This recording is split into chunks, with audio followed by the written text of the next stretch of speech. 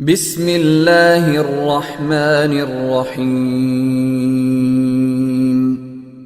السلام علیکم ورحمۃ اللہ وبرکاتہ۔ ان الحمد للہ نحمده ونستعینه ونستغفره ونستهدیه والصلاة والسلام على سید المرسلین محمد وآلہ وصحبہ اجمعین، اما بعد۔ حاضرین و ناظرین، یہ درس قرآن نمبر 501 ہے اور آج سورۃ المائدہ کی صرف ایک آیت کی تلاوت و تشریح کی جائے گی۔ آیت نمبر 45۔ اعوذ باللہ من الشیطان الرجیم، بسم اللہ الرحمن الرحیم۔ وَكَتَبْنَا عَلَيْهِمْ فِيهَا أَنَّ النَّفْسَ بِالنَّفْسِ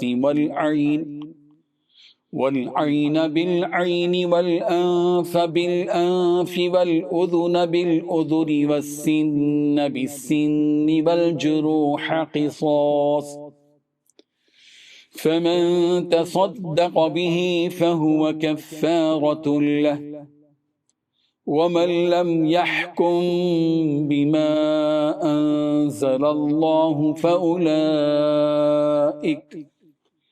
فَأُولَئِكَ هُمُ الظَّالِمُونَ۔ صدق اللہ العظیم۔ لفظی ترجمہ یوں ہے، وَكَتَبْنَا، اور ہم نے لکھا، علیہم، ان پر، فیہا، اس تورات میں، ان النفس بالنفس، کہ جان جان کے بدلے ہے، والعین بالعین، اور آنکھ آنکھ کے بدلے، والانف بالانف، اور ناک ناک کے بدلے، والاذن بالاذن، اور کان کان کے بدلے، والسن بالسن، اور دانت دانت کے بدلے، والجروح قصاص، اور زخموں کا قصاص ہے۔ فمن تصدق، پھر جو شخص معاف کر دے بھی اس زخم کو، فہو کفارۃ اللہ، تو وہ کفارہ ہوگا اس کا۔ ومن لم یحکم، اور جو شخص فیصلہ نہ کرے، بما انزل اللہ، اس کے ساتھ جو اللہ نے نازل کیا، فاولئک هم الظالمون، تو یہی لوگ ہیں ظالم۔ ترجمہ یوں ہے، اور ہم نے ان لوگوں کے لیے تورات میں یہ حکم لکھ دیا تھا کہ جان کے بدلے جان، اور آنکھ کے بدلے آنکھ، اور ناک کے بدلے ناک، اور کان کے بدلے کان، اور دانت کے بدلے دانت، اور سب زخموں کا اسی طرح بدلہ ہے۔ اب جو شخص بدلہ معاف کر دے وہ اس کے لیے کفارہ ہوگا، اور جو اللہ کے نازل فرمائے ہوئے احکام کے مطابق حکم نہ دے تو ایسے ہی لوگ بے انصاف ہیں۔ اس آیت میں 3 باتیں بتلائی گئی ہیں۔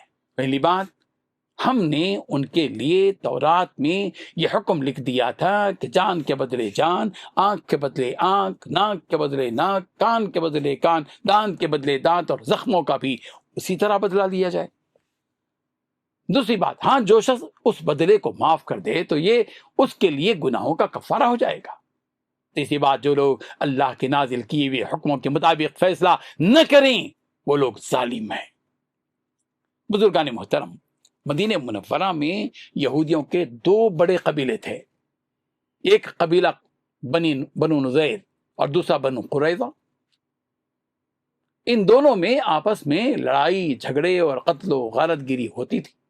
بنو قریظہ کے مقابلے میں بنو نذیر اپنے آپ کو اعلیٰ اور بہت زیادہ شریف تصور کرتے تھے، اپنے آپ کو بہتر و برتر سمجھنے کی انتہا یہ تھی کہ اگر بنو نذیر کا کوئی شخص بنو قریظہ کے کسی شخص کو قتل کر دیتا تھا تو قصاص کے قانون کے اعتبار سے اس قاتل کو قتل کرنا ہوتا تھا، مگر بنو نذیر کے لوگ قصاص میں قتل کرنے نہیں دیتے تھے اپنے آدمی کو۔ اس کے مقابلے میں جب بنو قریظہ کا کوئی شخص بنو نذیر کے کسی شخص کو قتل کر دیتا تھا، بنو نذیر قصاص میں اس قاتل کو قتل بھی کرتے تھے اور 140 وسق کھجوریں دیت میں بھی لیتے تھے۔ اسی طرح دوسرے اور معاملات میں بھی بنو نذیر اپنی برتری برقرار رکھنے کی کوشش کرتے رہے، حالانکہ بنو نذیر کا یہ عمل خود ان کی ہدایت کے لیے اتری ہوئی کتاب تورات کے احکامات کے بالکل خلاف تھا۔ تورات میں ایسا کوئی فرق کسی خاص قبیلے کے لیے نہیں تھا۔ اللہ تعالیٰ نے ان کی اس ناانصافی اور ظلم پر یہ آیت نازل فرمائی، وَكَتَبْنَا عَلَيْهِمْ فِيهَا أَنَّ النَّفْسَ بِالنَّفْسِ وَالْعَيْنَ بِالْعَيْنِ إِلَى آخِرِ الْآيَةِ۔ ہم نے ان پر تورات میں لکھ دیا کہ جان کے بدلے جان، اور آنکھ کے بدلے آنکھ، اور ناک کے بدلے ناک، اور کان کے بدلے کان، اور دانت کے بدلے دانت، اور زخموں کا بدلہ ہے۔ اور جو شخص معاف کر دے اس کے لیے کفارہ ہے، اور جو شخص اس کے موافق فیصلہ نہ کرے جو اللہ نے نازل کیا ہے تو یقیناً ایسے ہی لوگ ظالم۔ تورات کے ذریعے جو شرعی احکام دیے گئے تھے اس پر بنی اسرائیل نے عمل نہیں کیا، اور انہوں نے برادری میں تقسیم ہو کر احکامات میں تفریق پیدا کر لی اور اپنی برادری کا امتیاز قائم رکھا، جبکہ شریعت کے احکام سب پر ہی ایک جیسے ہوتے ہیں۔ کسی برادری کے لیے ایک حکم اور کسی دوسری برادری کے لیے دوسرا حکم، ایسا کسی بھی شریعت میں ہرگز نہیں ہوتا، جیسا کہ بنو نذیر نے اپنی طرف سے قصاص کے احکام میں عملاً تبدیلی کر لی تھی۔ چنانچہ ایسے ہی نافرمان اور حق مارنے والے، حق کو پامال کرنے والے اور اللہ کے حکموں میں تحریف و تبدیل کے قائل اشخاص کو ظالم قرار دیا گیا، اور یہ فیصلہ کیا گیا کہ وَمَن لَّمْ يَحْكُمْ بِمَا أَنزَلَ اللَّهُ فَأُولَٰئِكَ هُمُ الظَّالِمُونَ، جو شخص تورات کے اس حکم کے مطابق فیصلہ نہ کرے بس ایسے ہی لوگ ظالم ہیں۔ اللہ تبارک و تعالیٰ ہم کو ان آیات کو حقیقی معنی میں سمجھنے کی اور اسلام کے مزاج انصاف کو سمجھنے کی توفیق عطا فرمائے، آمین۔ وآخر دعوانا ان الحمد للہ رب العالمین۔ ڈیلی درس قرآن کو سبسکرائب کیجئے، اپنے تاثرات اور مشورے ارسال کیجئے اور متعلقین کے گروپ بنا کر انہیں روزانہ درس قرآن بھیجیں اور اجر ثواب پائیں۔